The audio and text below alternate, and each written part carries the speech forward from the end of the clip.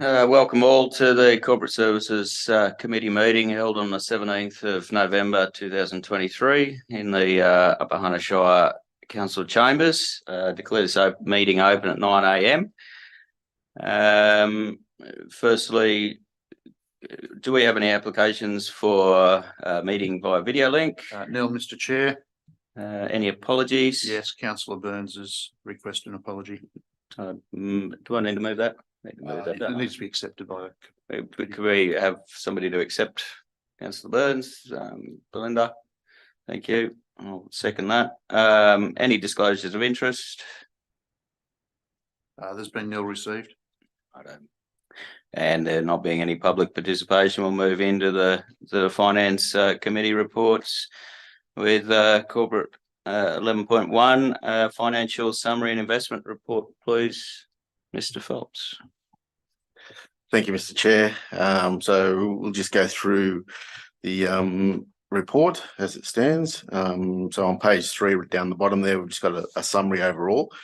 To the end of October, Council was positive to budget by about 2.13 million, which is a comparison of 1.73 million from the September quarter. Just moving into what the main items are within the budget coming through and budget against actuals coming through. So if you go to page 4, our revenue streams are up by about $1.6 million. The main drivers behind that come from the Early Learning Centre, which its revenue is higher by about 116,000, which is quite pleasing. It's had increased utilisation of the facility, so with some more educators on tap over there now, we've been able to increase our numbers coming through the facility, meeting a bit of the demand within the community, which is quite good. Waste revenue is higher by about 930,000, so it's a major player in the 1.6 million. So we've got a little bit higher in annual and domestic charges coming through just from our normal rating system, but our landfill disposal revenue is up quite significantly, which is quite good. With a lot of our construction work that's been undertaken at the moment, it's had a fair chunk of money coming into the facility from disposal of concrete and so forth, from the main street being part of that item. But apart from that, it's just had general increase overall of disposals into the facility. Just on that, Mr. Phelps, what proportion of that do you think is coming from those capital works, and what proportions are just timing issue there on rating and the like? Overall, from the main street, we've sort of like had nearly about $250,000 in extra revenue coming in from the disposal there, roughly, just offhand. So that material now is going down to Newcastle. So we're actually shipping it down to Newcastle based on the fact that it's more cost effective to have it down there. And also our landfill sites, we don't want to top them up too much. And the material that's going into it, unfortunately, they can't recrush and repurpose that out onto any road. So we've taken that idea at the moment, but up until the point of when that decision was made, after we'd had the concrete tested, about $250,000 had gone in the facility as it stands. Just to question that, so the cost of that we're getting in revenue from the construction of the main street, is that also offset in the budget that we anticipated those costs in terms of the budget of the main street? Yes, we did. Okay. Yes, disposal of the actual material from down there was always included in the budget. Okay, great. And that's on budget. Correct. Yeah. Okay, cool. Yeah. And the other item there, which is more of a timing thing, which is a scrap metal sale. So we've got about $140,000 in scrap metal sales, and that came in earlier than we anticipated in the budget. So that's another increase in that 930. Our general revenue is up by about 110,000. We received a bit of a top up in our financial assistance grants, just a bit of the increase other than the grants in advance. And also we've got a little bit higher return in our interest revenue, which is quite good. Town planning is higher by about 53,000. Still, we've got some good developments going through. So we've received a bit more in Section 94 contributions, which is quite pleasing. And our water supply revenue was also a little bit higher by about $250,000, a little bit higher in our annual charges. But our first quarter of consumption was a little bit higher than we anticipated as well, which was pleasing. Not probably from a weather point of view, because the ground is actually quite dry at the moment. Moving into the non-operating revenue and expenditure, behind budget by about 600,000 at the moment. There's a number on that internal fleet hire should be 530,000, not 180. That was my mistake. I didn't change that number. We're still going through that review at the moment, which we'll have to finish off in the next month, of where council's fleet are sitting from a utilisation point of view, because it's down a little bit to where we anticipated. Also, our quarry revenue was lower by about 75,000 to date. We've had no revenue from our gravel pits recognised at the moment. We're just reviewing that at the moment, and that should be completed in November, just with staff shortages in the infrastructure area where a lot of those gravel dockets are driven from. Yeah, so what do you mean they're not recognised to date? Has it not been done? Have you not kept up with it? What does that mean? Yeah, all it is we do a journal from the pits themselves. So we source material from the pits, and it comes out at a tonnage rate. So we've just got to put our dockets through for the haulage out of those pits, and majority of those haulage dockets relate to capital works programs as well. So they're all pretty well grant funded programs. So we just got to recognise that bit of revenue coming out of those pits, and then it'll be brought up to date. We just had a few shortages in that the infrastructure admin area over the last probably 3 months. Moving into our operating expenditure side of things, here we're a little bit overspent as well in regards to our actual operating expenditure. Main items here, with little bits of ups and downs coming through. Our government place hostels costs are still a little bit higher than anticipated. The revenue streams for government place, even though it wasn't a main contributor, it's up a little bit as well. So it's a little bit of an offsetter. It's up by about 40,000 to date. So that was quite pleasing. But we're still spending about 120,000 extra in costs coming through, just mainly with the care of the residents over there with personal care staff, and with consultants as well, just to maintain our compliance issues that we do have continuing over there. Even though we have improved those markedly over the course of the last probably 12 months. But we've got to keep on top of it. So we have to use consultants to maintain that as like a pre-audit of when the department will coming into the mix. Town planning costs are a little bit higher by $50,000. We've had to use some additional consultants associated with the planning portal, as well as we've done some land studies for the coming through for the flood management plan, which is mainly a timing thing. We have it in the budget, and it is two-thirds grant funded by the department. So those costs have come through the mix a little bit earlier than we anticipated, and we'll have that offsetter against that of revenue streams. So they're in play at the moment. Our quarry costs are higher. So even though we don't have any revenue in our quarries at the moment, because we haven't recognised it, we've done a lot of operational items, operational expenditure with blasting and winning material, especially at the Kewen and out at Elliston pit. So we've had a fair bit of cost coming through. That will be ultimately recovered through the haulage coming out. So we anticipate the haulage to increase significantly, especially when we've got the roads out there with Moonam Brook Road and the Barrington Forest roads and Hunter Road continuing on. So it's a cost that we have to expend. It's a lumpy cost that comes through, unfortunately. In our local roads and regional roads maintenance area, we're pretty well tracking okay. It's a little bit lower than budget by about 150,000, mainly due to the road maintenance. We've prioritised the road, the flood restoration works. So it may reduce some of our services slightly, but the flood restoration works are quite important, which is a benefit overall to the community as well, because we're fixing the roads in those areas. How are we going for grant funding coming through for those flood restoration works? Though we've got approvals, it's very, very clunky, to tell you the honest truth, with going through Department of Transport and then also going through a number of their contractors, which sort of like vet the flood damage.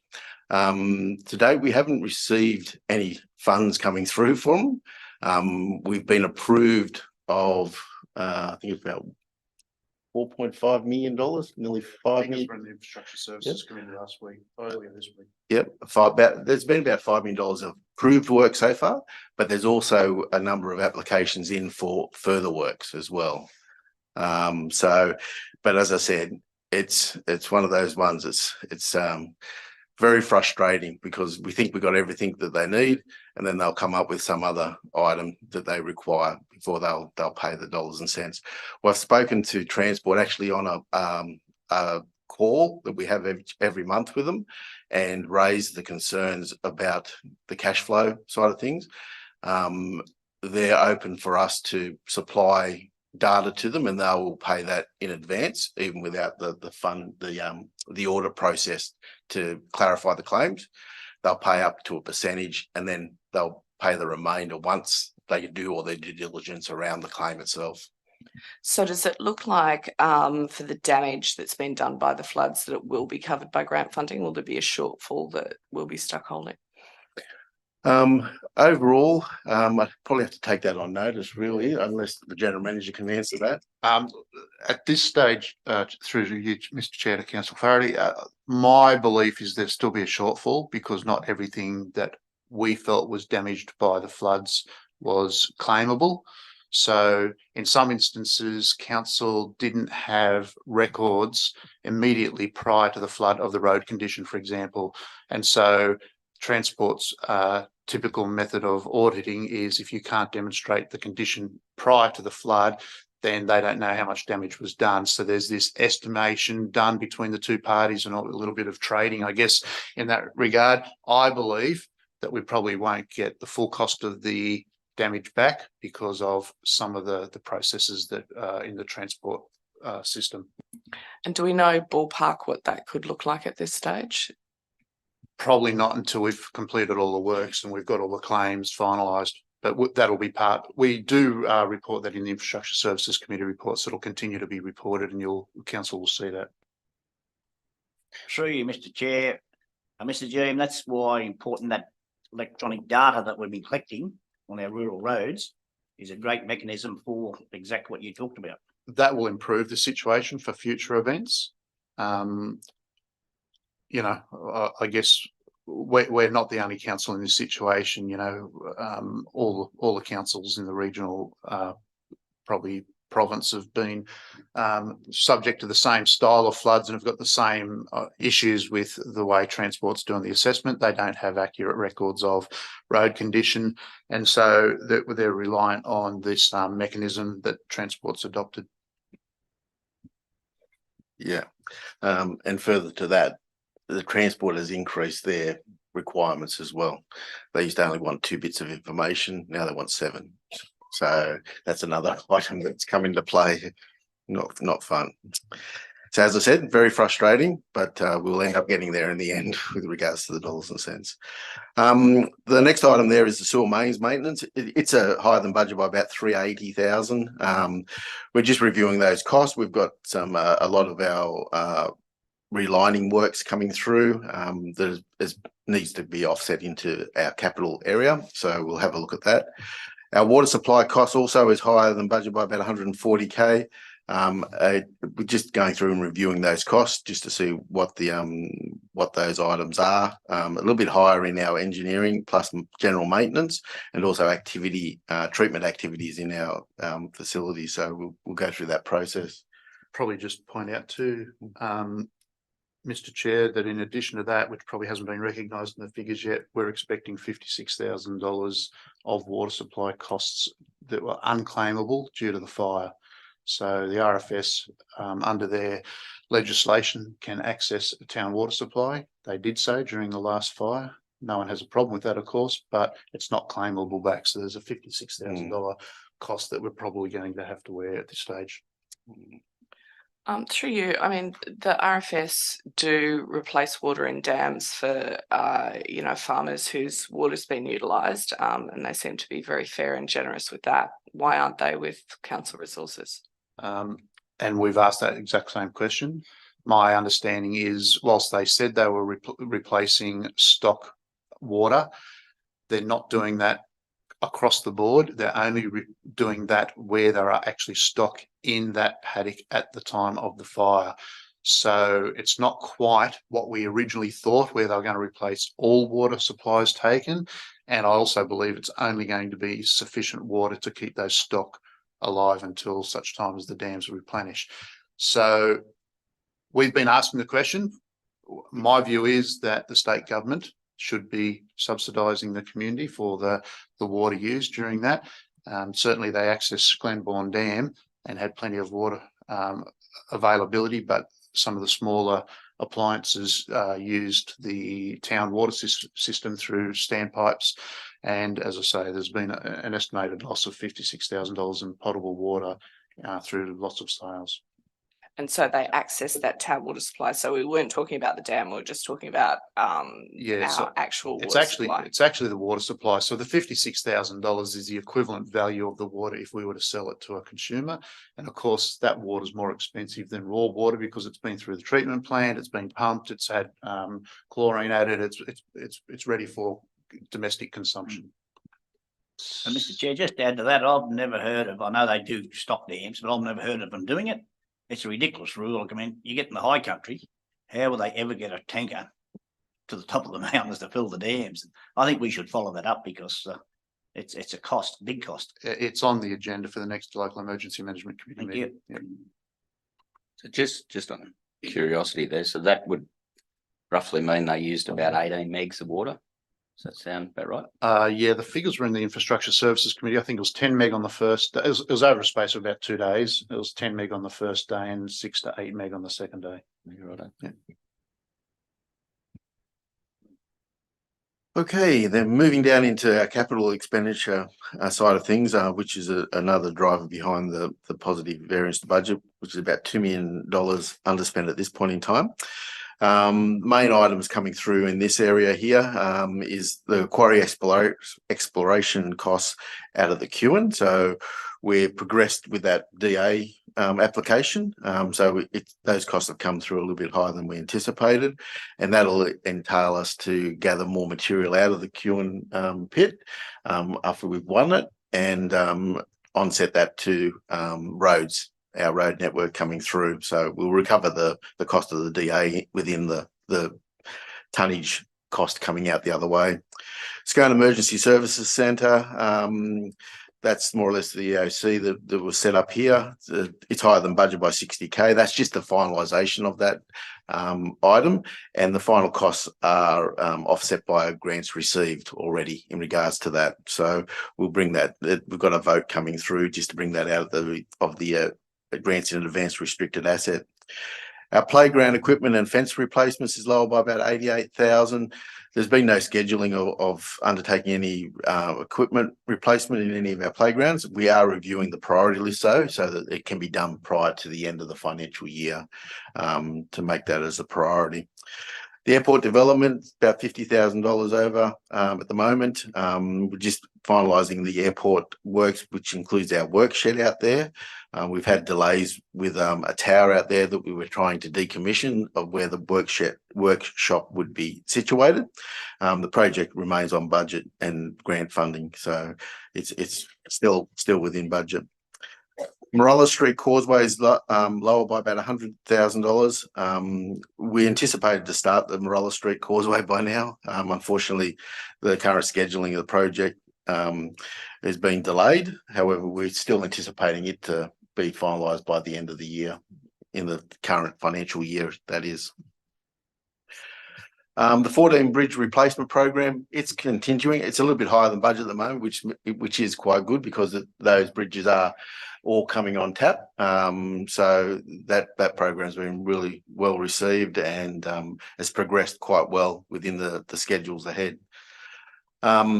Footpath at Bedford Street in Aberdeen is lower by about 80,000. Again, there's been no works on this project. So we're reviewing the delivery schedule for the timing of that project and making adjustments accordingly.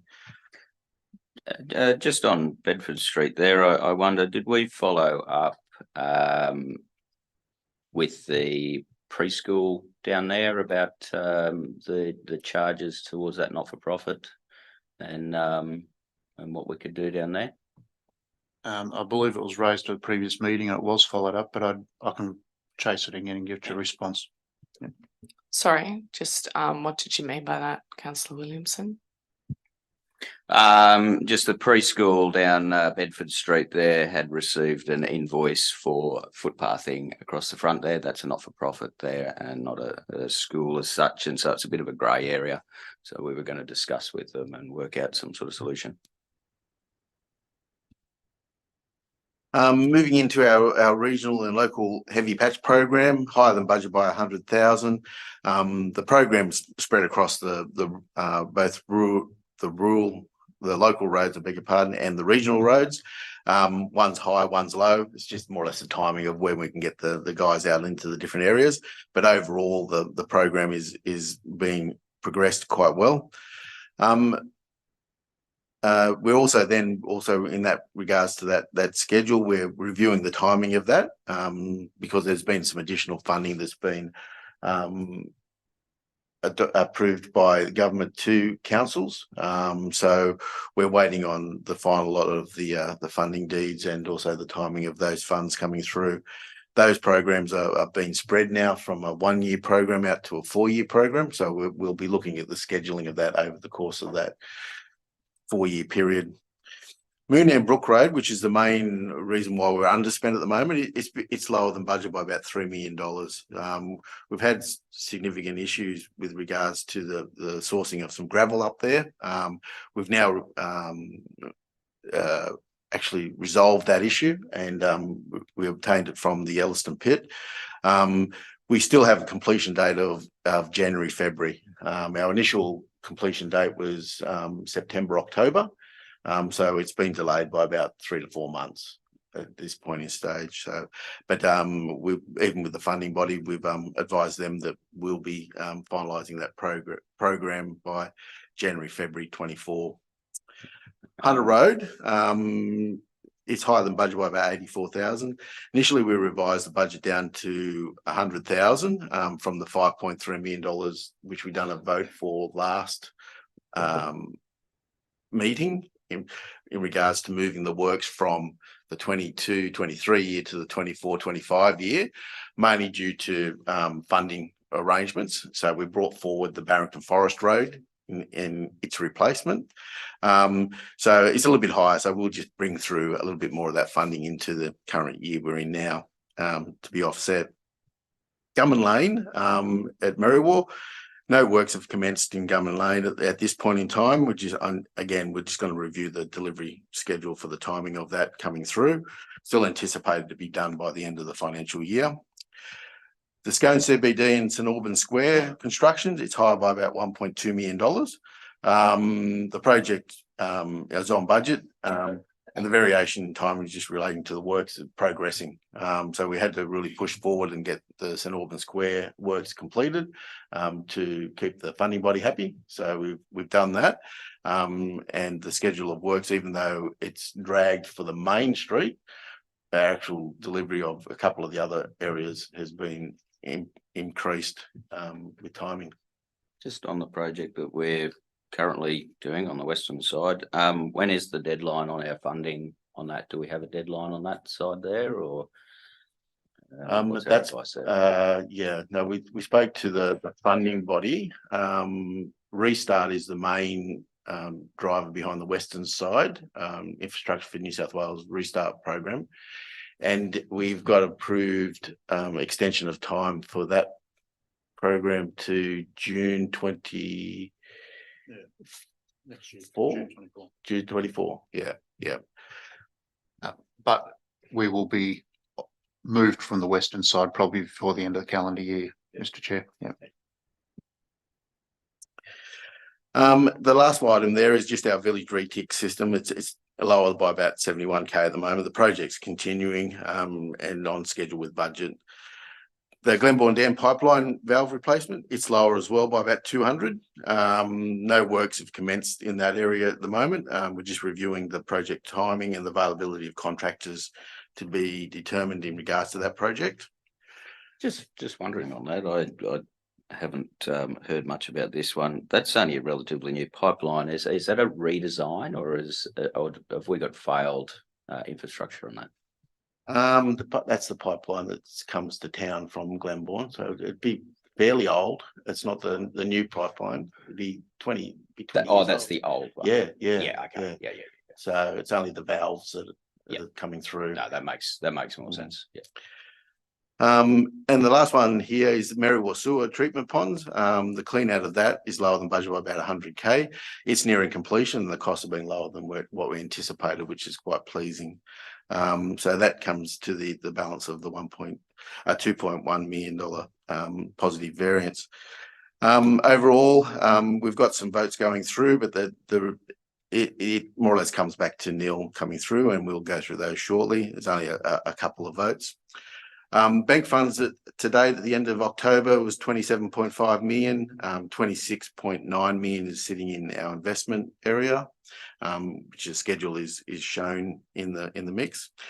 The loans held is just under 31 million, so it's 30.89 million at the end of October. And we've got a schedule there, just give you an idea of what the balance of each of the loans are coming through. And the final one is the capital expenditure report. Just a summary overall of all our capital expenditures coming through.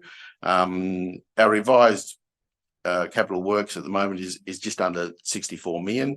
It's just down marginally from the 66 million, which was mainly reduced due to about a $5 million deferral of the Main Road 358 because of the timing of the funding coming through.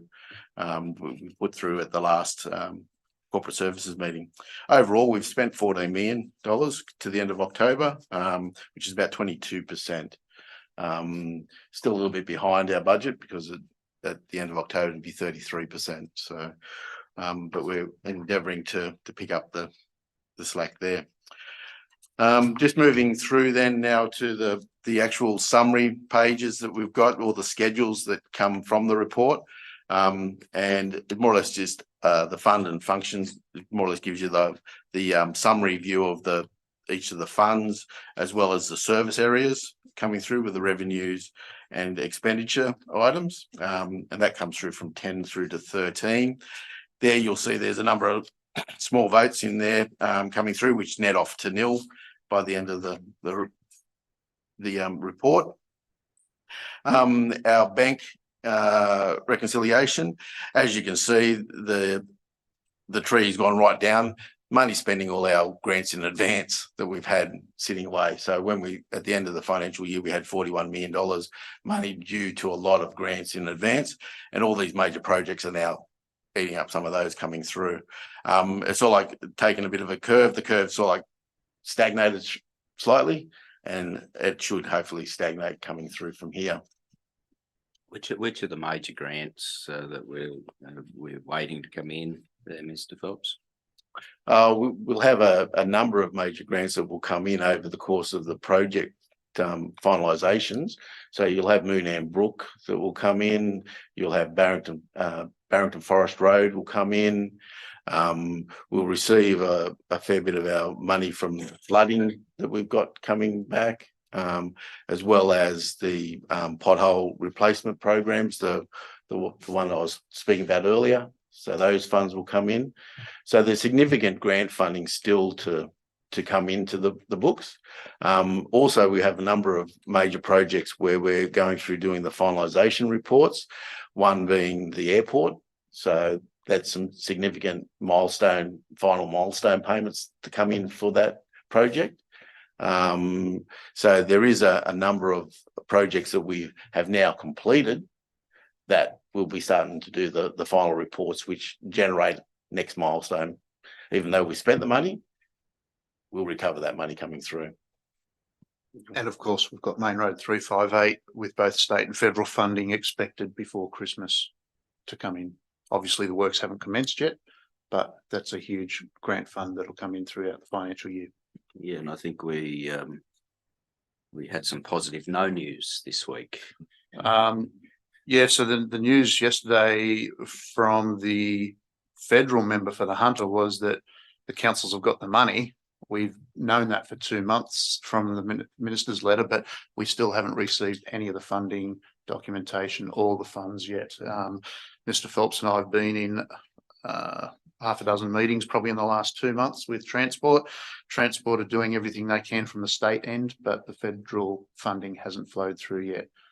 We'll keep councillors posted when it does. Just through on Mr. Chair, I tried to contact Dan's office yesterday, left a message, but I haven't heard anything back. I think it's false advertising on the radio saying it's up to council now on the RMS. We're doing everything we possibly can to get that money, so that office needs to be contacted. Yeah, so we'll make a further contact with the federal government again this week. As I said, the advice from the political realm is that the money's there, but at the bureaucratic level, it hasn't flowed. Yeah, and I think that's the important part. I mean, as frustrating as it is for everybody, until we have deeds on that federal funding, we can't and shouldn't make any moves. Thank you, Mr. Chair. Moving then into our investment area on page 15, just want to give you an idea of the investments and our annual yield we're expecting to get back from those investments. The next one on page 16 is our loan schedules. So that just gives you the highlight of, as I said earlier, of all our loan facilities coming through. We've had a couple of loans there in the middle of the page, which is the local infrastructure renewal scheme, which has now been repaid, which is quite pleasing. So we've had one loan falling off our payout schedule. Then we just move into our capital works expenditure report, just a summarised version of that, just to give you a more or less an easier view of all our capital works that we have got going on at the moment and where those projects are actually sitting from a financial point of view. And that takes us down to then our high level detailed of our income and expenses coming through for each of our service areas that we've got going through, coming in just for your information to review. And the final page right at the back there on page 55 is the votes that we're proposing at the meeting, which effectively are in regards to the EOC, the Scone Scone Emergency Services Operations Centre here, 150,000 in grant funding for finalisation of the work shed and everything at the airport. And the final one there is we acquired easement coming through to the reservoir, the land going in through to the reservoir up in Barton Street, and that's the $350,000 grant there. That just comes out of the water fund itself, so that's covered off by its funds held. Thank you, Mr. Chair. Any questions? There being no questions or comments, we're happy to move this all as one. Yep, cover mover. Move Councillor McKenzie and seconded Councillor Flaherty. Thank you. All those in favour? I think the ayes have it. And let's move on to our next point of call, please. Mr. Phelps will just for notation here, unless we have further discussion, we've got the Scone Upper Hunter Regional Sale Yard Committee meeting here that was held on the 26th of October. If you'd like to take us through any detail there, General Mr. Chair, I think take it as read. If any of the committee have any questions, let us know and we can address them. Sure. What was the cost saving? It said there that there'll be calibration testing timeframe from every month to every 6 months because it's not a requirement. So what was the cost saving for doing that?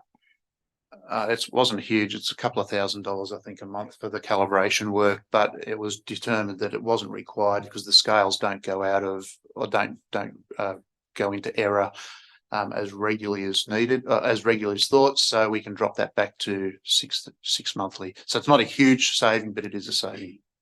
What are the anticipated water costs in terms of dust suppression and things that are needed at the moment? I can't imagine it's huge. Most of the water on site's not reticulated water from town. It's from tank water, so it's already water stored within the tanks. The dust suppression is typically done. There's sprayers along the various railings and componentry within the sale yards with sprayer heads. It's a very fine mist, so it's not huge volumes of water. It's just enough water to settle the dust. In volume, I could get some advice on the volume, but it's going to be very minimal. So are there any other, because it says that revenue is not anticipated to make budget, so were there any other cost savings identified? At this stage, no. The predominant costs at the facility are fixed costs such as insurance, depreciation, of course. So and the staffing. So there's very little, I guess, opportunity for further cost savings. We continue to look at opportunities when they arise, but at this stage, the projections that we probably won't make the sales anticipated. However, at the end of October, we're right on our predicted sales, but we are taking a possibly a little bit of a pessimistic view for the remainder of the year. So in terms of sales, it will meet the projection at the end of this month for year to date? At the end or of just this month? October, we were right on target. So we were slightly ahead of target at the end of September. We had a very slow month in October. That's brought us back to our projected figures. If October's figures continue through November, and they've been sitting, I think we had 530 last week and 700 the week before. So we've had a few quieter weeks. That will probably dip below our projection by the end of this month. Mr. Chair, just on the scales, sorry, Mr. Chair, we still do our internal testings every Tuesday morning, which is just ourselves doing the testing. That's correct. To make sure that. Yeah, with fixed, with known weights, Yep. or known masses. Yeah. Very good. And with a little bit of rain potentially around, hopefully there'll be producers like myself that are hanging on to cattle that we'll want to be marketing shortly. Now, do I have a mover for the recommendation, please? I'll move that. And can I have a seconder? Councillor Mackenzie, all those in favour? Councillor Flaherty, you happy with that? No. So Councillor Mackenzie and Williamson for, Councillor Flaherty against. We'll move on to the next, please, with the property update. Thank you, General Manager. Thank you, Mr. Chair. Again, probably take this one predominantly as read. All the properties are currently leased, although throughout the last couple of weeks, we've now received another vacancy, being the Butted Scones. So we're now, by the time this report comes back to council, that will show a vacancy in that one. The predominant piece of work that's being done is further work in anticipation of the work at Hill Street and Sermon Street. Council staff have been working with a number of the successful people who've submitted expressions of interest. We've continued to look at feasibility studies around that and opportunities for the development of those sites.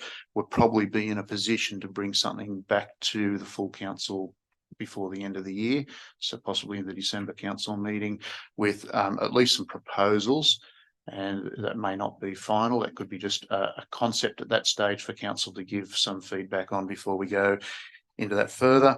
As councillors would know, the application for the recategorisation of those two parts for the Hill Street land has been submitted to the state government. It's going through the gateway process at present, so we're waiting for them to come back to us on that. Very good. Not being any more comments, questions? A question? Yeah, in terms of the investigation for Campbell's Corner to become residential upstairs, I'm not surprised to read that there would be significant costs for that building, much less for the fire rating up there. So did we hire a consultant, or what costs were incurred to investigate that to date? That was primarily done. We have had a consultant do some fire rating for us and looking at the fire compliance. That combined with our own internal planning staff on what would be required to bring that to a residential satisfaction was effectively the only costs. What was that cost? The fire rating was $5,000, I think, Mr. Phelps, yeah, in the order of $5,000. And also it doesn't just relate to Campbell's Corner, it also relates to the library area as well, as the footprint for the library as well. And so what are we meeting fire standards in Campbell's Corner at the moment? Are there any issues there at the moment? The fire report has identified some issues that we need to look at. I don't believe it's a breach of any standards at the moment, but we need to have a look at upgrading some of the sprinkler systems, including the sprinkler heads. And obviously we need to do work for the library. So our intention is to look at what work needs to be done for the library and what work can also be done for the remainder of the building at one time. So that's the next piece of work that needs to be looked at. Yeah. And what is the current occupancy rate within Campbell's Corner? Like, how many shops can we let out and what do we have so far?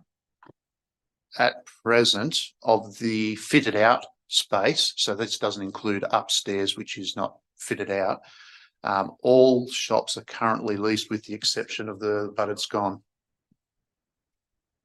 And what's that in square meterage? Like, you know, as a proportion, what proportion of the building is currently leased out and what do we have to get sorted? I'd have to get the floor plan and get some calculations done for the committee, and I can bring that back to the committee as a professional notice. Yeah. Hey, that sounds sensible. Councillor Mackenzie? No questions? All right. Have a mover, please. Move Councillor Mackenzie, seconded. Councillor Flaherty, all those in favour? I think the ayes have it. And finally here, I just see we have a couple of questions. Councillor Mackenzie, are you happy with your response there? Wonderful. And I wait in bated breath for my tree at Elizabeth Park. But being that for notation only, there not being any further comments or questions for the day, we'll all the meeting closed at 9:41. Thank you all for attending.